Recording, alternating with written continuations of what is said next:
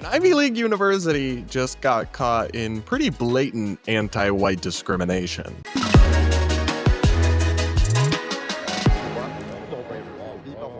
We're going to break this down, plus so much more, on today's episode of the Brad vs. Everyone podcast, our daily show where we take on the craziest ideas from across the internet, our media, and our politics, all from an independent perspective. Up first, guys, like I mentioned, we're actually going to talk about a story that involves a friend of mine, Colin Wright, who is a critic of academia and an evolutionary biologist who I actually host a podcast with called Citation Needed. Check it out if you haven't yet. But he just announced some pretty big news that he is suing an Ivy League university for anti-white discrimination after leaked emails show that they really did put the quiet part out in the open in some of their internal conversations and were quite explicit about the fact that in some hiring decisions, they didn't want to hire boring, white, straight, non-diverse people, which is illegal, as he explained. So Colin writes for his website, Reality's Last Stand, Cornell quietly violated my civil rights. Now I'm taking legal action. Cornell rigged a faculty search to select a candidate based on race, in direct violation of Title VII of the Civil Rights Act. So basically, with the help of America First Legal, he is suing Cornell, alleging that when they were hiring for a position in 2020, they basically went through a secret process to exclude white people or non-diverse candidates, and that if he'd known about it, which it was kept secret, he would have applied, and so his rights were violated by this. And let's just say that, of course, these are all allegations, and Cornell will get their day in court, but the evidence is not looking good for this elite American university. So here's more from Reality's Last Stand. In December 2020, the Associate Dean for Diversity and Inclusion, Associate Vice Provost, and Vice Provost in the Office of Faculty Development and Diversity of Cornell University, wow, that's quite the mouthful of all these bureaucrats and officials. Anyway, these officials instructed faculty members to do something, quote, a little out of the ordinary, secure a predetermined, quote, diversity hire by eliminating open competition entirely. Guys, I'll show you the email that was leaked itself, but they literally put the subject line as diversity hire. To ensure their hoped for diversity hire, which is again a direct quote, was appointed, these administrators implemented a process that inherently discriminated on the basis of race. The plan was straightforward. Identify a candidate who met the university's preferred diversity criteria and invite them one at a time to interview for the role. No other candidates would be solicited, permitted to apply, informed of the available position, or considered, thereby foreclosing any opportunity for merit-based evaluation or equal access to the position. It appears, this is again Colin writing, and these are his allegations along with America First Legal, it appears that Cornell leadership was aware of the illegal nature of this hiring practice, as the email concludes with a bold underlined statement reminding all recipients to keep these matters confidential, which they were until concerned insiders recently revealed them. Yeah, you know it's always good when they bold and underline, keep all of this confidential. And here's more from Colin. In the internal emails, Cornell leadership repeatedly emphasized the need for secrecy, instructing recipients not to disclose the nature of the hiring process. Such hiring practices are also against the university's policies. Colin then quotes from Cornell's policies and says each opening, unless otherwise exempted in this policy, must be posted on the Working at Cornell website for at least 5 business days. So the allegations here are pretty clear that these officials at Cornell, which is an elite Ivy League institution that has very much been captured by woke, extreme left-wing progressive ideology, explicitly wanted to hire a diversity hire for an important role in a scientific position, and they literally said so. They put diversity hire in the subject line of their emails, and then they had a private, secret job selection process where they only invited people who met their diversity criteria, and so therefore they excluded everyone else, which just on its face does seem to violate civil rights law. Like, you're excluding people and keeping them out of this employment process at a taxpayer-funded university, right? It's a private college, but it receives tons of government money and subsidies, and it's still bound by all these laws. And I love how this is all being done in the name of like inclusion and tolerance. But no, a lot of the DEI mania, especially in 2020, which is when this all went down, morphed into anti-white animus, discrimination, explicit racial and identitarian preferences, all the kind of things we were supposed to agree were bad and that fundamentally divide us more as a society. Yeah, a lot of that actually was just praised in the name and implemented in the name of DEI. Now let's look at this actual email that they've included in this lawsuit that is kind of their main evidence point. The subject line is literally diversity hire. You can't make that up. Like, if I were gonna do some illegal shit, I probably wouldn't put it in the freaking subject line of the email sending out to all these people. So let's see, there's 5 email addresses. They're blinked out here. Then it says plus 34 more. So you sent out an email to nearly 40 people with it in the subject line. We're doing a diversity hire. It's the audacity for me. They really never stop to think like, is this allowed? Is this okay? Are we able to do this? How is this going to come across to people who aren't, drinking the woke Kool-Aid? That thought didn't really enter their mind, apparently, which probably speaks to what an echo chamber some of these academic institutions have become.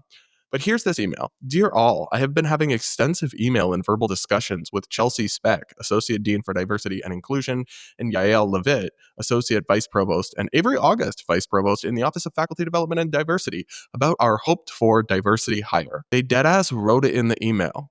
Our hoped-for diversity hire. Seriously? Can we also pause, by the way? Obviously, the focus here is on how this discriminates against people who are excluded because they're not diverse enough. But also, it's like really condescending and defensive and belittling to the qualified candidates who are minorities or what have you to explicitly be hiring them as a diversity hire and put it in writing. Anyway, this email continues. I think the discussions have been going well. I feel that because of their expertise and because we are trying to do something a little out of the ordinary, I am wanting to follow their advice closely. What follows and what is attached reflects that. Chelsea feels that the best is to invite just one person. She is concerned about us having a search dynamic. So the DEI administrators are concerned about the idea of an open search process because it might not lead to diversity. Like, they're literally just openly against merit. And that's why this whole this whole thing is a sickness that needs to be rooted out of these institutions, this DEI apparatus. But anyway, the email continues. What we should be doing is inviting one person whom we have identified as being somebody that we would like to join our department and then not have that person in competition with others. You really can't get more explicit than this. It's diabolical. If that person is interested in the possibility of joining blank, we would invite them for interview, and obviously we would hope that it would lead to a hiring. However, either side might decide not to continue if through the process the fit does not seem to be right. So the plan would be to invite blank, who is clearly our top candidate among those that we have been comparing. If blank is not interested, then we would move on to blank and so on. So they, again, were just not shy about this. They wanted to predetermine candidates who met some sort of diversity box that they could have as a diversity hire, and then not tell anyone else about this job opportunity, interview those people one at a time, and then pick one of them and add them to their staff. And I mean, by definition, you are excluding the other people from this job opportunity if you do that kind of thing, which in this case would mean like boring old white heterosexual men, which, by the way, in science, this was a position in evolutionary biology. There are a lot of those, and many of them are very good at their jobs and should be not excluded because of the boxes they check off on the census. Like, how messed up is that? To be disqualified from a position because of your race or gender is just really not good, and really is not, in fact, progressive or loving or tolerant. But obviously, they're going to get their day in court. They're going to get the chance to dispute these allegations, but the receipts here are incredibly damning. Now, Colin has gotten some pushback where people are like, well, the person they ended up hiring is a black woman, but she's qualified and smart. And that's not the point, though. You would never say, like, okay, say that you had the opposite dynamic. Employers screened out all the black people and only were hiring white candidates and only invited them privately to apply and kept the job closed so, black people wouldn't apply. You would never defend that by saying, well, the candidate that they ended up selecting was still qualified and is doing a good job. That's still not a defense, right? And that's what people need to realize here. Ultimately, I just think this is an interesting development because I think over the years it will come out that this stuff has been and continues to be probably less now, but especially in the kind of 2020, 2021, 2022 endemic in corporate America, in academia, in media, and in other walks of life. I mean, this really was pervasive, this kind of identitarian extremist DEI mania. And it's illegal. I don't know how this was ever allowed to foster. It's clearly, if you actually are excluding people from job searches because of their race and gender, that's clearly illegal under federal civil rights law, and it's immoral and evil. But this was allowed to fester and spread and somehow viewed as progressive. I really do think that as the kind of it all comes out in the wash and the years of stalling on the Freedom of Information Act requests and all this, it comes to a close. And now that you have the Trump administration that's going to investigate this stuff, the Biden administration somewhere between explicitly and implicitly supported a lot of this DEI mania. And so they weren't going to be investigating universities for turning away white people in this kind of secretive manner. A lot of it's going to come out. And I think we're going to see how it was in many walks of life fairly widespread, this kind of discrimination. I think that's terrible. I think it is not only immoral and wrong on its own merits, but I think it sets us back as a society and causes far more division and tension than it does promote any progress. And once again, I really don't want to overlook this point, is so condescending and dismissive and unfair to actually qualified people who happen to be members of different minority groups. A good example of this is Biden's Supreme Court nominee, Ketanji Brown Jackson. He explicitly said, "I'm only going to nominate a black woman," therefore eliminating, tons of candidates on the basis of their race or sex, which I think is wrong. But also, it's kind of condescending to Ketanji Brown Jackson, who, on paper at least, was very qualified for the job, because it's like, well, you're the best of the rest after I eliminated like 90% of your competition. She is now explicitly tarred as a diversity hire, where he could have just had an open process and then potentially selected her anyway as the best and then not have stigmatized her and done her so dirty like this. But now, understandably, she will be viewed as a diversity hire into perpetuity on the Supreme Court. And I just think this whole toxic ideology needs to be exposed and rooted out one example and one incident and one institution at a time. So that's why I thought this story was interesting and why I'm wishing Colin luck with his lawsuit. What do you guys think?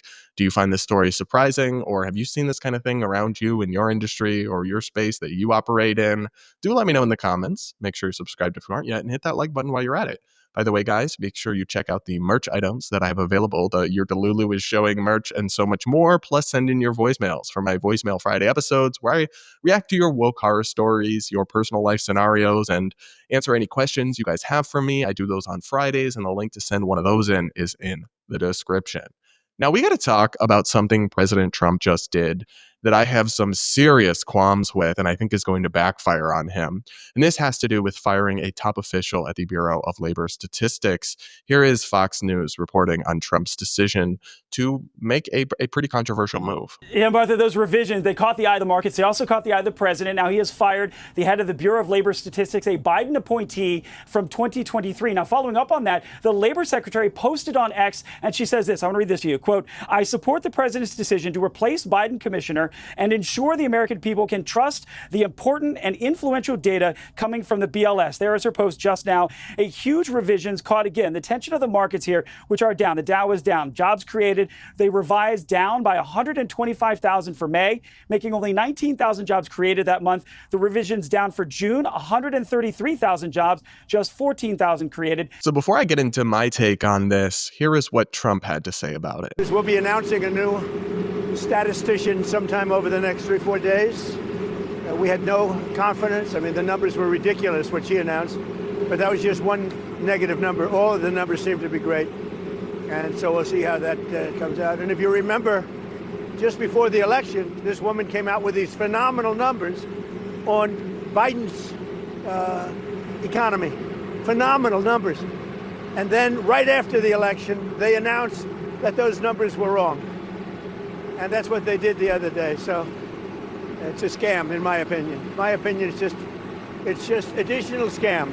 So the allegation is essentially that this Biden official, Erica McTarfer, who oversaw the Bureau of Labor Statistics, they're accusing her of fraud, of cooking the books, of putting out fake job numbers to bolster Biden and to now, this past month, to undercut Trump. Now, The thing about this is that it is true that normally when you have a president come in, they change out a lot of the nominees and positions, but this is a position that overlaps. So basically, the terms expire in the middle of the presidency, but for the first several years, Biden had Trump's nominee, who we will discuss later, still in place and didn't fire him, waited for the term to expire, then put his own person in, who is this woman who has just been fired early, Erica McTarfer. Now, Trump legally most likely has the right to fire her, but it is very unusual to do it before the term is up like this, and he's making very serious allegations against her that she's cooking the books with these job numbers that we need to unpack. And frankly, when you look into it, these claims quickly fall apart. Not only are they not really presenting any evidence, but Trump himself praised this very woman's numbers just a month ago. The White House wrote in early July when the June numbers came out, June boom, jobs report shows the economy continues to soar under President Trump. So when the numbers were good for Trump, he praised this woman's work and cited her and said, oh, look at these amazing numbers. But when the numbers were not good, all of a sudden she's a fraudster and a scammer and cooking the books against him. Funny how that works. Trump also claims that she covered up bad job numbers till after the election to try to help Biden, but this is actually not true. In August of 2024, the Bureau of Labor Statistics announced a massive revision downward in job numbers, actually the second largest downward revision in BLS history, just 3 months before the election. If they were just cooking the books to help Harris at that point, they wouldn't have done that. And in fact, just 4 days before the election, the October 2024 jobs report was released that showed only 12,000 jobs added, which is a very low figure and one that Trump explicitly used on the campaign trail to bash Biden-Harris. So it's just not true that she meddled with the numbers to help Biden before the election, but Trump is citing that as justification for the very unusual move he's making here, even though it is not true. And it's telling to me that even the former BLS commissioner, which Trump appointed, named William Beach, has come out in a statement and in a subsequent interview and condemned this move. He is a conservative economist, and he wrote in a post, the totally groundless firing of Dr. Erica McIntarfer, my successor as Commissioner of Labor Statistics at BLS, sets a dangerous precedent and undermines the statistical mission of the Bureau. Here's what he said further in an interview on CNN. Can you explain to us, the president said that the BLS commissioner rigged these numbers. Yeah. What do you think? There's no way for that to happen. The commissioner doesn't do anything to collect the numbers. The commissioner doesn't see the numbers until Wednesday before they're published. By the time the commissioner sees the numbers, they're all prepared. They're locked into the computer system. The only thing the commissioner does on Wednesday is to kind of do the edits on the text. So there's no hands-on at all for the commissioner. I was commissioner, and I was sometimes locked out of the process of actually, where the people were working in the building. So there's no way for doing that. I don't think there's any grounds at all for this firing, and it really hurts the statistical system. It undermines credibility in BLS. Suppose that they get a new commissioner, and this person, male or female, are just the best people possible, right?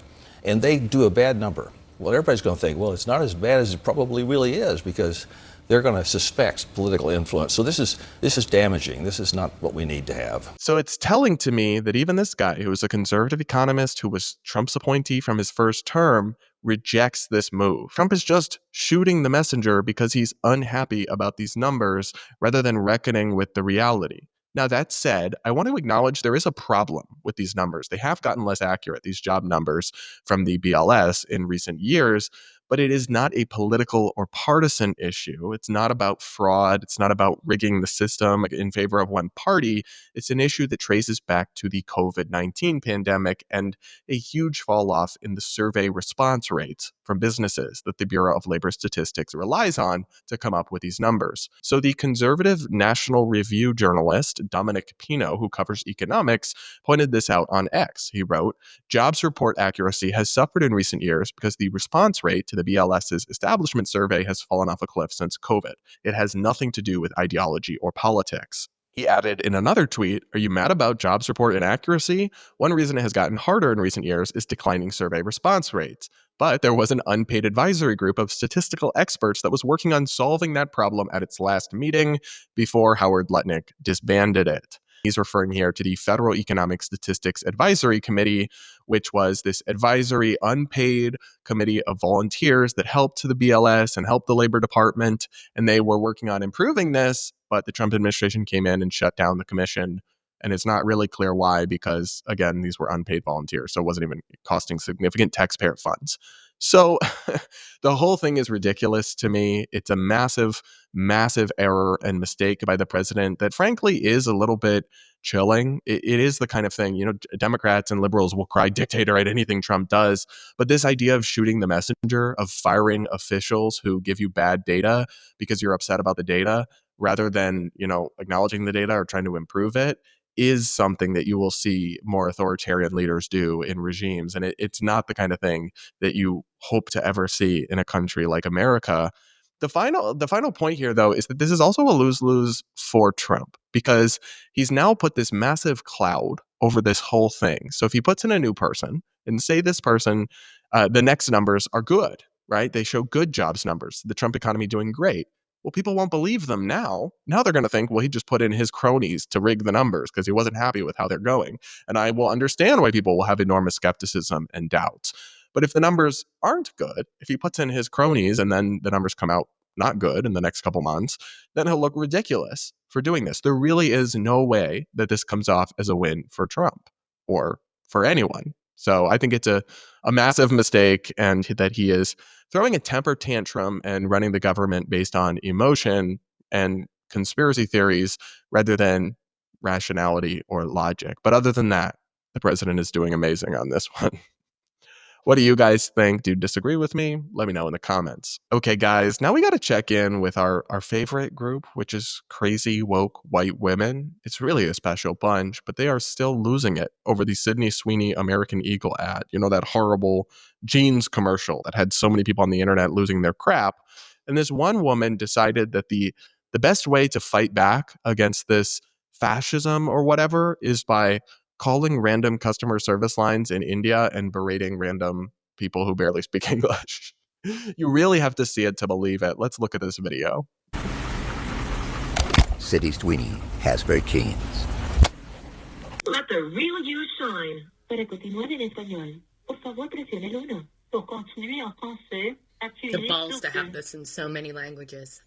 Hi, thanks for calling American Intel. This is Jess. How can I help today? Hi, first I just want to let you know I record all calls that record me, so I am also recording. I am a marketing student and was wondering if I could speak to someone who could maybe give me some insight as to what estimated return on investment there has to be willing to use white supremacy and eugenics as your marketing campaign.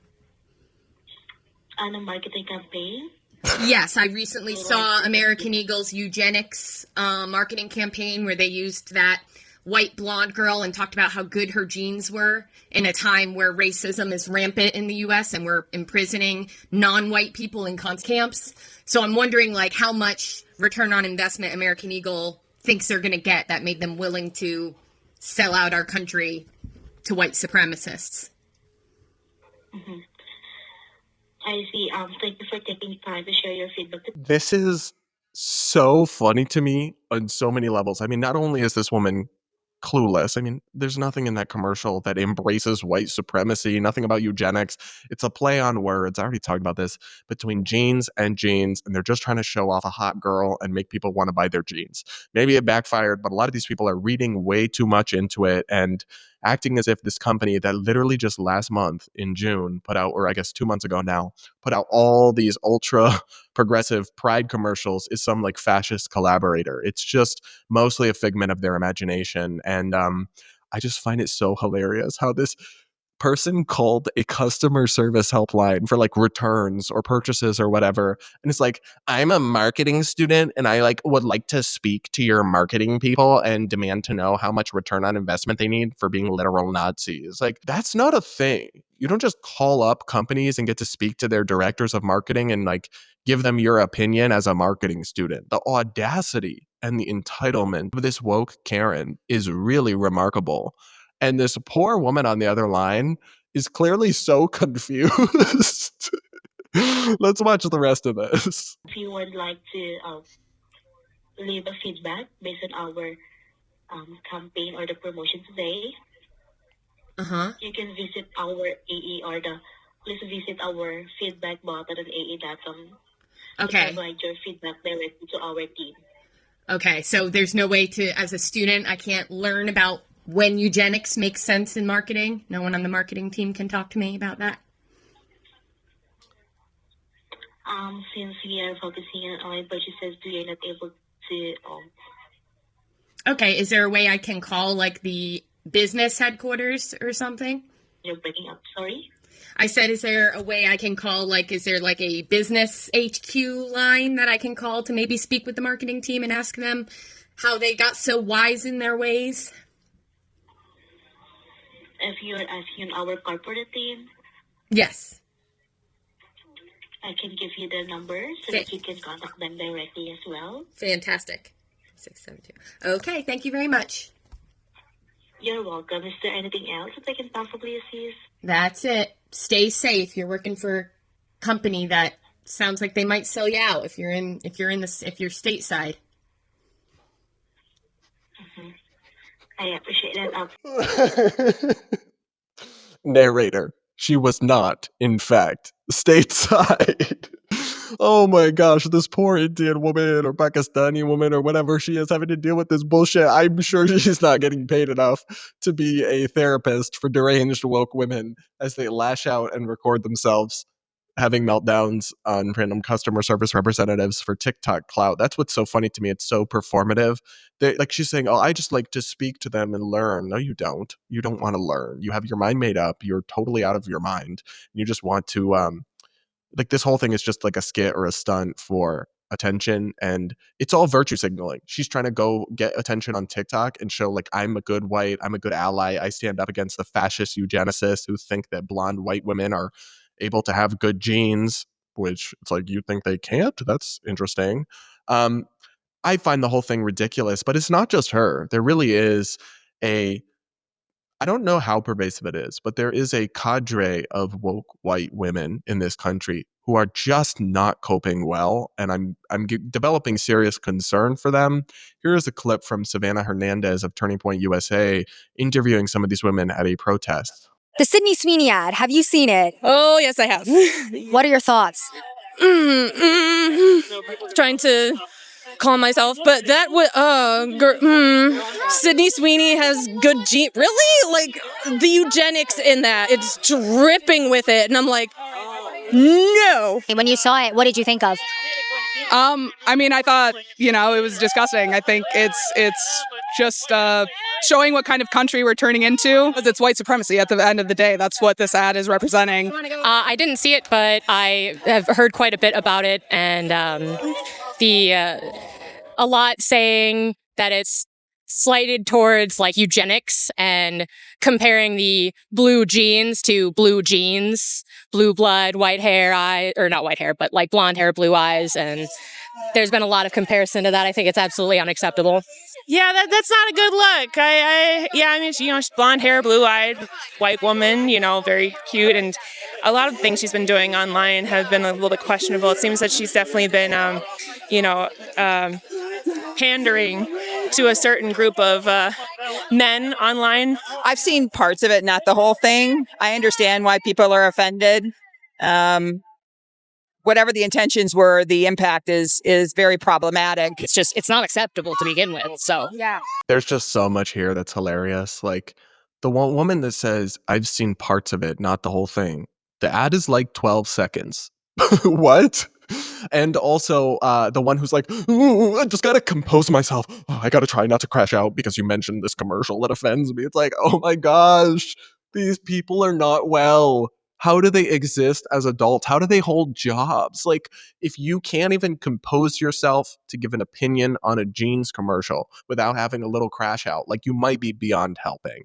I don't know. I find the whole thing absurd, but it's funny because there's been this push by Democrats to claim that the whole outrage is like fake, manufactured by Republicans.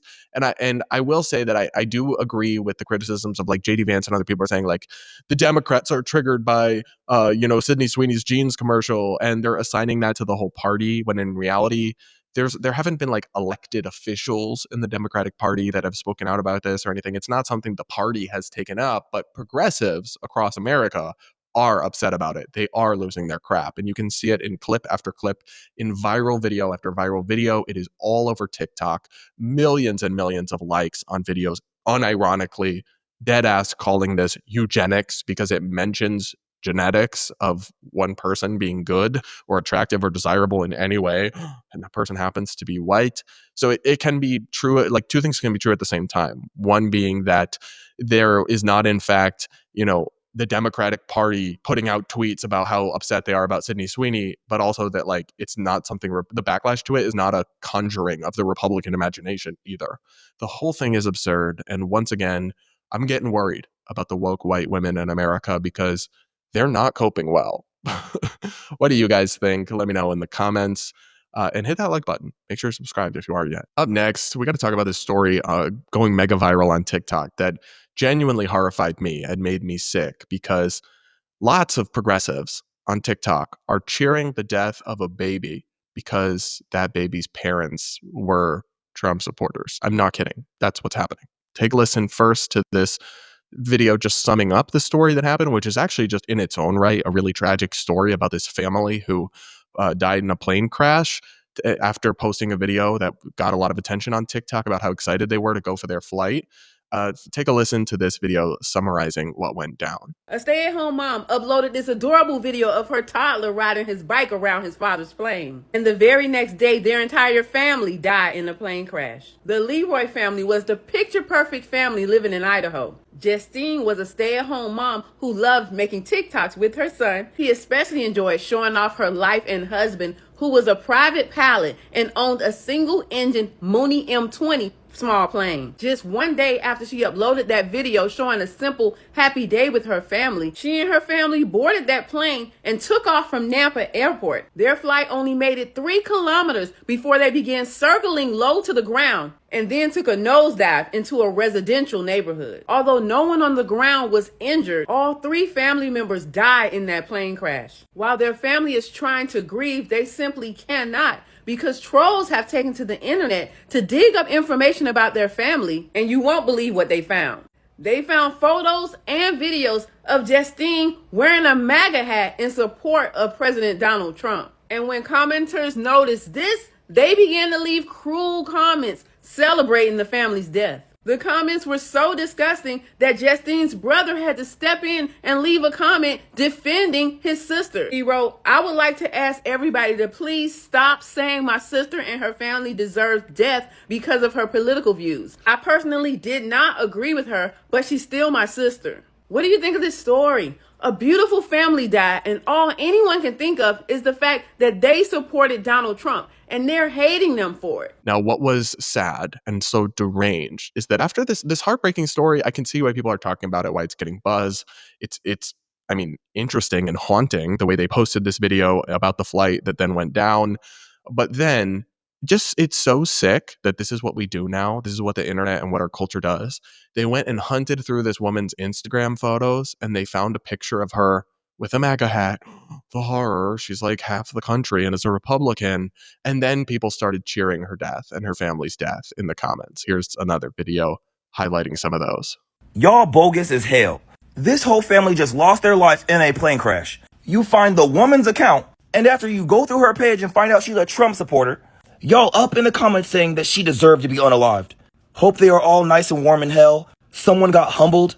They're looking up at us. Hoping unaliving on somebody over political views is crazy. Now I want to show you a video of someone who I think is literally a communist mocking and celebrating the death of this beautiful family with their very young little boy because they're rich or something. And keep in mind, this video has been liked 200,000 times. The video I'm about to show you. Take a listen. Oh my gosh, guys, they died in a plane crash. This isn't about politics. How did they own a plane? How do they own a plane? Do you own a plane? I don't own a plane. You want me to cry over some guy that owned a private plane? Just because his family voted for Trump and now I'm supposed to look the other way because the whole family got? What kind of all-American family do you know owns a plane? Not any of the ones I know. Fuck them. 200,000 people liked that video. This is sick.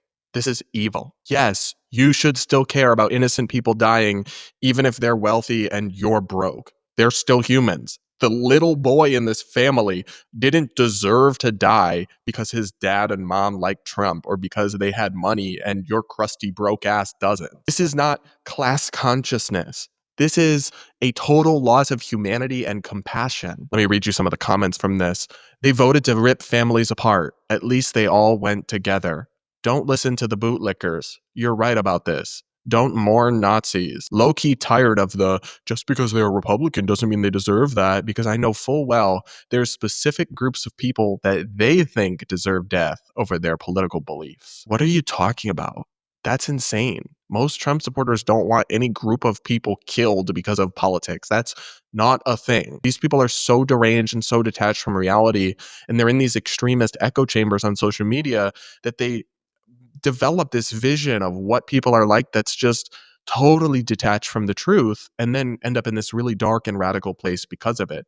This is really scary stuff. Like, a country where this sentiment becomes more widespread tears itself apart at the seams. Now, I want to show you one video to kind of white pill you a little bit of one woman who actually has some decency in her soul. I see some people in the comments talking about they don't care that she passed away because she is a Trump supporter. First of all, I just want to say that y'all are very foul for saying that. First off, y'all lack human decency. Second off, I don't care what nobody believes in. I don't care what your religious beliefs are. I don't care if you're not religious. I don't care if you support this person or that person politically. I don't care if you are black or white. Innocent people do not deserve to be unalived. That's the problem with the world today, is so much division. It's division amongst religions, it's division amongst political views. If you don't agree with the masses, there is such a huge problem. I respect everyone's standpoints. That is individuality. Imagine if everyone thought the same, acted the same, believed in the same thing. Oh my God, that would be so boring. Now here's the problem with TikTok. That first video of the deranged hater, 200,000 likes, nearly 1 million views. This one, couple thousand views, 310 likes. Crazy spreads like wildfire, while the decency and common sense does not. I don't know what the answer is here, folks, but I'm really worried about the internet and the toxicity and the evil and the dehumanization of our fellow citizens that I see happening on the left and the right, but particularly in these online far left echo chambers. What do you guys think? Are you as mortified by all of this as me?